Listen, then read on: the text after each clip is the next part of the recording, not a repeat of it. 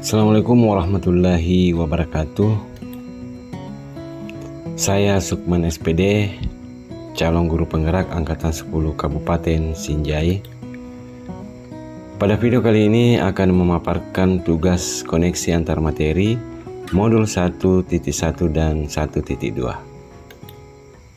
yaitu filosofi pemikiran Ki Hajar Dewantara dan nilai dan peran guru penggerak. Refleksi yang digunakan adalah refleksi model 4P. Yang pertama, peristiwa. Kedua, perasaan. Ketiga, pembelajaran. Keempat, penerapan ke depan atau rencana. Tentang peristiwa. Pertanyaannya, momen yang paling penting atau menantang atau mencerahkan bagi saya dalam proses pembelajaran modul 1.1 hingga modul 1.2 adalah. Kemudian pertanyaan berikutnya, kaitan antara modul 1.1 dan 1.2 yang saya pahami. Momen yang paling penting dan menantang atau mencerahkan bagi saya dalam proses pembelajaran modul 1.1 adalah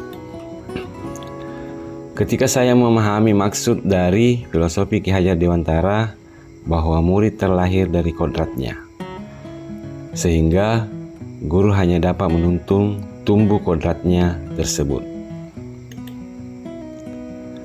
Jika murid diibaratkan benih yang ditanam oleh petani, maka petani hanya bisa merawat dan memberi perlakuan agar dapat tumbuh dengan baik. Namun petani tidak dapat merubah benih menjadi jagung. Begitu pula Guru tidak dapat merubah kodrat, tapi hanya dapat menuntun tumbuhnya laku murid. Momen yang paling penting dan menantang atau mencerahkan bagi saya dalam proses pembelajaran modul 1.1 adalah ketika saya memahami bahwa seseorang atau guru penggerak tidak hanya bertugas mendidik saja, tapi diharapkan dapat menjalani kelima peran guru penggerak, yaitu sebagai pemimpin pembelajaran, sebagai coach bagi guru lain, sebagai pendorong kolaborasi, sebagai pemimpin pembelajaran dan penggerak komunitas praktisi. Sehingga saya harus banyak belajar untuk mengimplementasikan peran-peran tersebut agar dapat menguatkan nilai-nilai guru penggerak yang ada dalam diri saya. Selanjutnya, kaitan antara materi modul 1.1 dan 1.2 yang saya pahami adalah kita perlu memahami tentang prinsip dasar pendidikan yang menuntun berdasarkan pemikiran Ki Hajar Dewantara agar dapat mengimplementasikan peran guru penggerak secara optimal. Kemudian untuk mewujudkan tujuan pendidikan sebagai tempat persemaian benih-benih kebudayaan dalam masyarakat, maka guru penggerak harus memiliki nilai berpihak pada murid, mandiri, kolaboratif, reflektif, dan inovatif. Tentang perasaan.